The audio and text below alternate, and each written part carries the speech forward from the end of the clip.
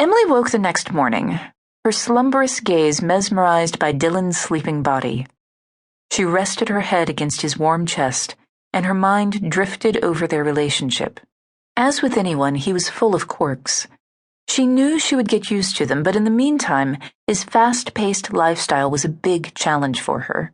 At first, their differences hadn't seemed so big because their relationship grew and blossomed in her world. Now that she was coexisting in his, there was a lot she needed to accept. Being a trophy girlfriend wasn't on her top 10 list of goals. However, since she'd moved to New York, Dillon seemed to push her into that role. When she'd gone out with him, he paraded her around to the few friends of his she'd met. She'd also noticed a possessive shift in his demeanor. Sometimes it was cute, in a boyfriend kind of way, but most of the time it was overbearing and confusing. Nonetheless, in that moment, as her senses soaked in him and all of the good he had done for her, Emily accepted their relationship for what it was. She curled closer to him, moving a wayward strand of hair away from his forehead. Letting out a yawn, he smiled at her. "You're up early." His voice was husky from just waking. "I must not have done a good job sexing you into a coma last night." Playfully nuzzling her nose in the crook of his arm, she smiled. "If you had sexed me into a coma, you would never be able to be with me again, sir." "Ah, you are incorrect, my love. I'd still take it from you, coma or not." "That's just sick," she giggled, sitting up. A predatory glimmer sparkled in his brown eyes. "Ready for round 2? "Aren't you taking me to breakfast this morning like you promised?" "Of course I am." "Well, I have to be at work by 10 o'clock and I still need to shower." "You know I'm good for a quickie if need be," he said, rising to his feet and pulling her up. Unable to say no, she followed without a fight as he undressed them both before they reached the bathroom. She propped herself on the vanity and watched him turn on the water. She felt the edgy energy radiating from his body as he strolled over to her, wearing a boyish grin that got her every time. He pulled her to him and kissed her so softly, she felt her lips shiver against his. She couldn't free herself from the hypnotic spell of his kiss if she wanted to. With his hands smoothing everywhere, branding his hot touch against her skin, fervor fueled in her blood, making her body strain for more.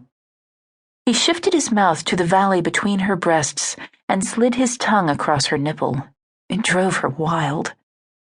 Staring up at her, he sucked and swirled his tongue around its taut peak.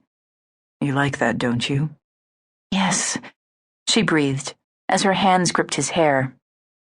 With a slow, maddening pace, he tunneled his fingers inside her wet pussy. The pressure was excruciatingly wonderful and correlated with the sudden tightening sensation between her legs. He pushed harder against her mouth while she dug her nails into his back. Dillon groaned when she ran her hands across his chest, her fingers slowly sliding down every muscled ridge on his abdomen. She wrapped her legs around his waist, and he carried her into the shower. He backed her against the wall, and she let out a gasp of pleasure when he sank perfectly deep inside her. Her every nerve ending lit on fire as their bodies melded together as one. "Oh, Christ, you feel so good, Em," he hissed, his voice thick with desire. Emily clung to his shoulders as hot water trickled down their bodies. Her ache for him increased with every pulse and thrust. With their lips locked, Emily clenched her legs tighter around his waist and arched her body against his, taking everything he had to give.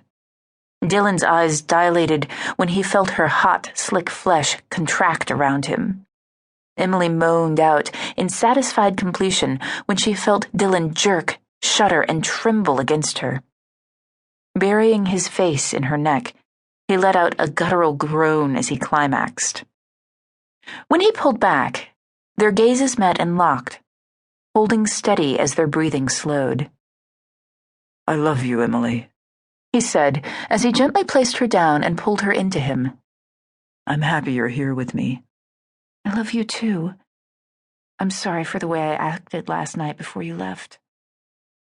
She feathered kisses across his chest.